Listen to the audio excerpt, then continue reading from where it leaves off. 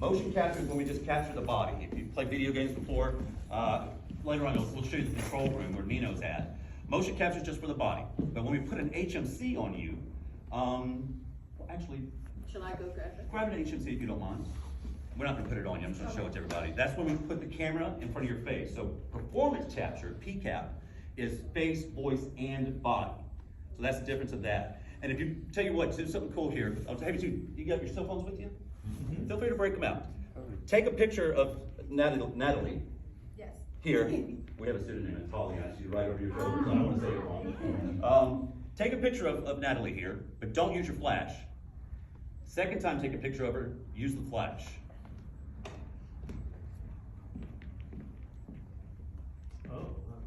Looks like a Christmas tree. Yeah? So that's how this motion capture thing works, pretty much. So these are called markers. These markers have reflective tape on them. And you see the cameras are turned on. Think of those as like laser pointers. The laser pointers are trying to find something to reflect off of. And once they find these markers, it starts creating the digital connected dot skeleton that you'll see here in a little bit. So if you see this area right here, this is what's called her data. Now we don't see her yet because Nino's going to calibrate her here in a minute. And Nino, you just let me know when you're ready, I can juggle that. But you see those little specks around this, what's called the volume? That's each of the cameras in the digital world that you're seeing. So for motion capture, that's what would be right here. If we were doing performance capture, we put this on Natalie, and there'll be a camera right here, and I have a microphone. So that's how we do the face, voice, along with the rest of the body. But for today, we're not going to deal with this, if that's okay.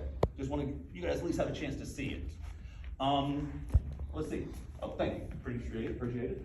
Nino, can you hear me? No, I think yeah, he's back. Here you go, 10-1. Yeah, can you hear me? Yeah, we can. So, yeah, the speaker was down. Yeah, what's up? So do you want to calibrate Natalie here? Let's do it real quick, yeah. Okay, cool. So what we're going to do is just calibrate Natalie. It's basically like put Natalie in the matrix, for lack of a better term, right? And she's in what we call our performance space. This is called the volume. So Natalie, you're going to do mirror image me. So if you'll turn and face me and put your feet under your hips. Great. Do you want to start off with the T-pose, sir? Yeah. So come to here and right out and just look straight ahead. So right now what we want is for us, see how the camera's searching for the markers?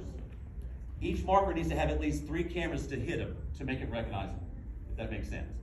Once Nino gets through all, I think she's got 54 markers on right now, maybe less. I don't see any fingers, so maybe He's less. only out 50 right now, no finger tracking. Copy that. But now we can see Emily starting to appear that now that Nino has identified all the markers on her body. Oh, I said it, I knew I was going to do it. Keep me honest. So now that we have the skeleton created, we can put any character on her that we want. And you can relax for a second.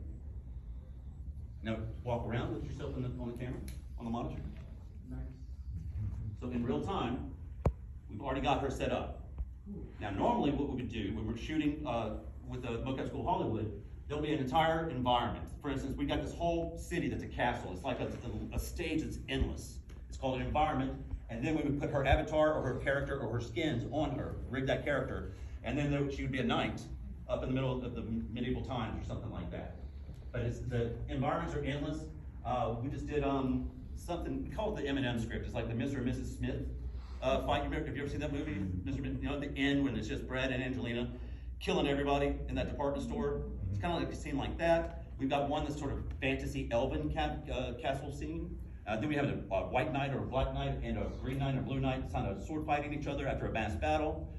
Then what's the other one? Oh, we have, of course, like everything, we have a Walking Dead scene that we do. I mean, there's only maybe Madden is the only game that doesn't have a zombie in it, but time will tell. It could still happen. You know, it's one touchdown celebration, you know, that kind of deal.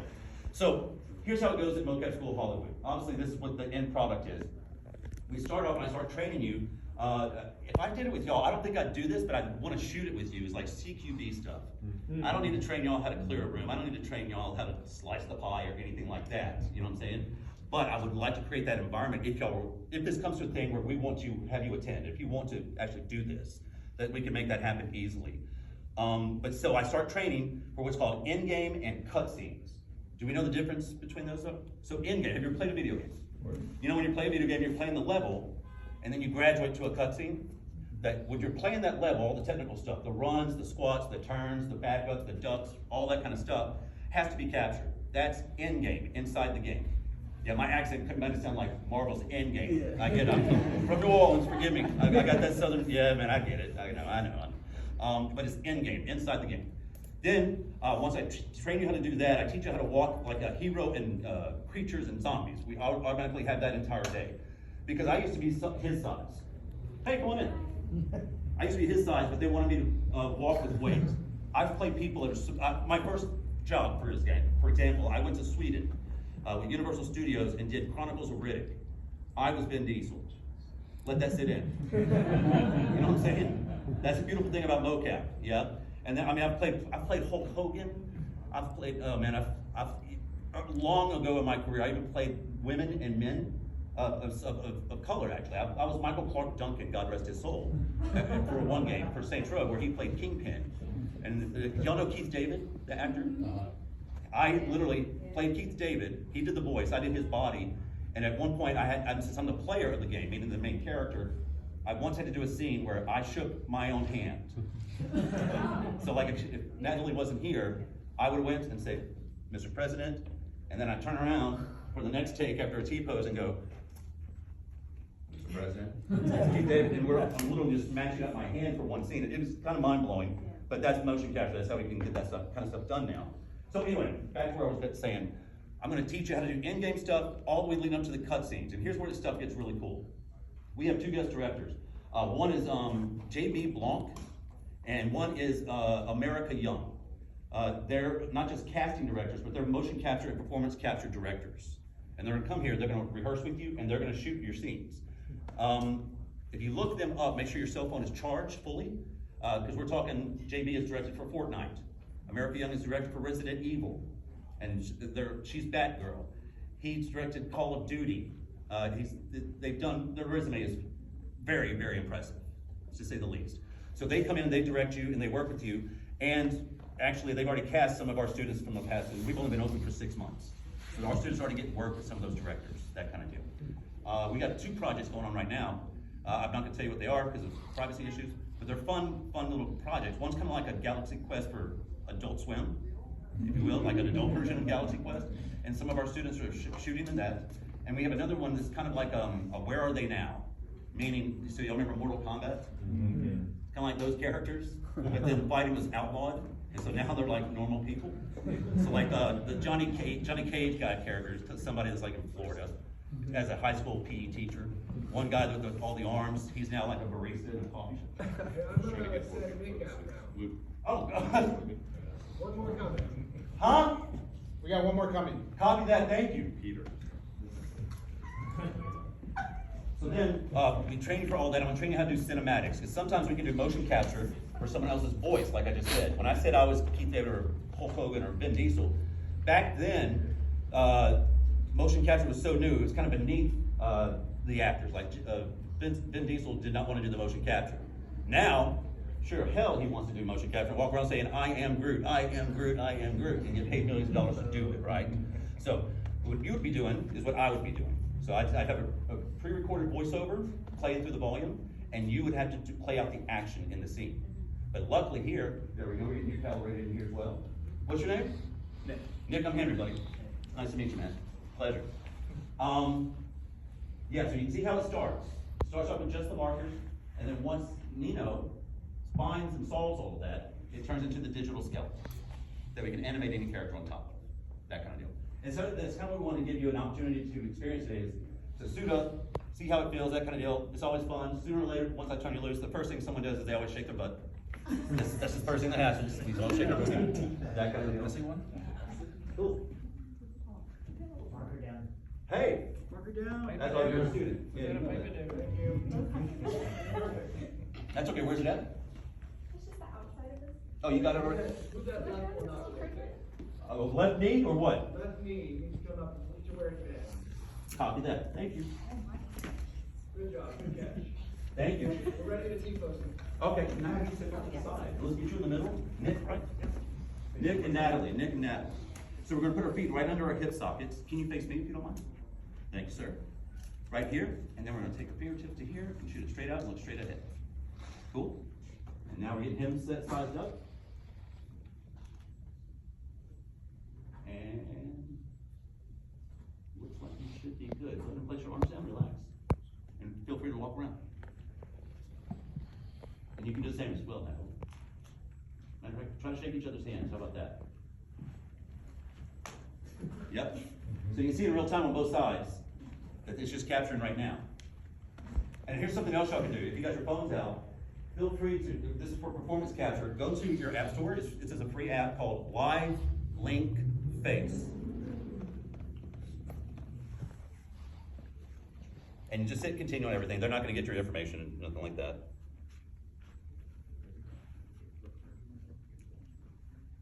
So if I do it, I'm just getting up on my phone here. What's gonna happen, can y'all see this over my shoulder? How you can see my face now? That's, your face is about to get pixelated as well. Can y'all see that, Natalie? So that's what we do. When we put that HMC, we put this phone on there, and you would do your own faces for the facial capture, for the performance capture of that. Yeah. Oh, that's what that device does. Uh-huh. Yes. Is it using IR, like a, what kind of sensor is it? So some studios would use like a GoPro camera, right? But because of this phone camera for iPhones has something that's advantage towards depth. IR for like facial recognition. Close, that's the idea. That video operates in a different functionality, that thing. No, the agency's already doing it, that's fine.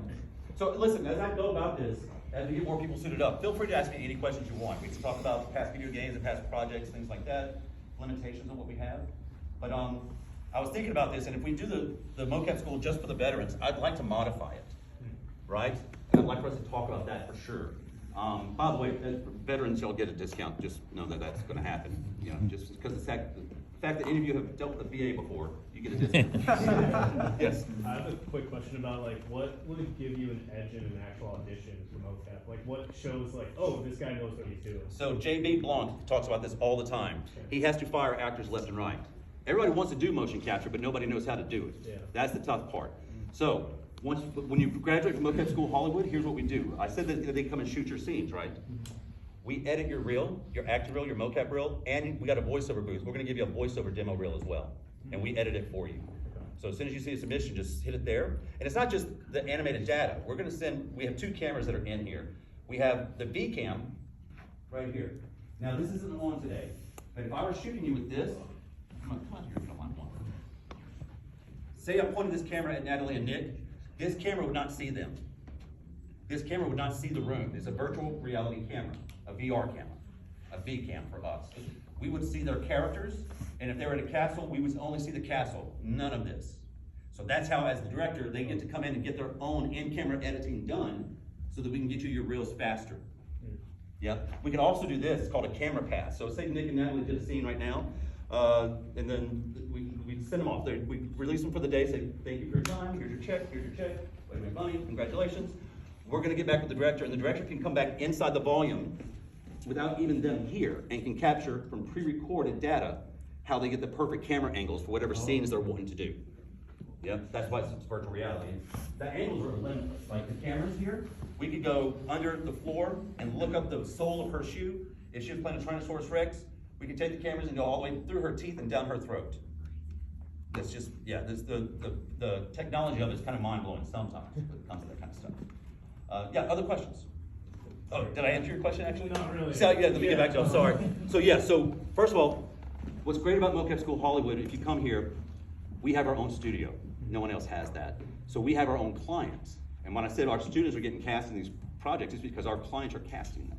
Gotcha. Right? So now, as actors, we're always gonna be hustling in this town, but that's not gonna change. But we take care of 50% of the hustle for you. Yeah? So we don't want you just to work here, but we give you that reel. So when you have that submission, everybody's gonna be like, I can do this movement. They're like, well, do you know motion capture? Do you already been trained in that? They don't have to take the time to teach you.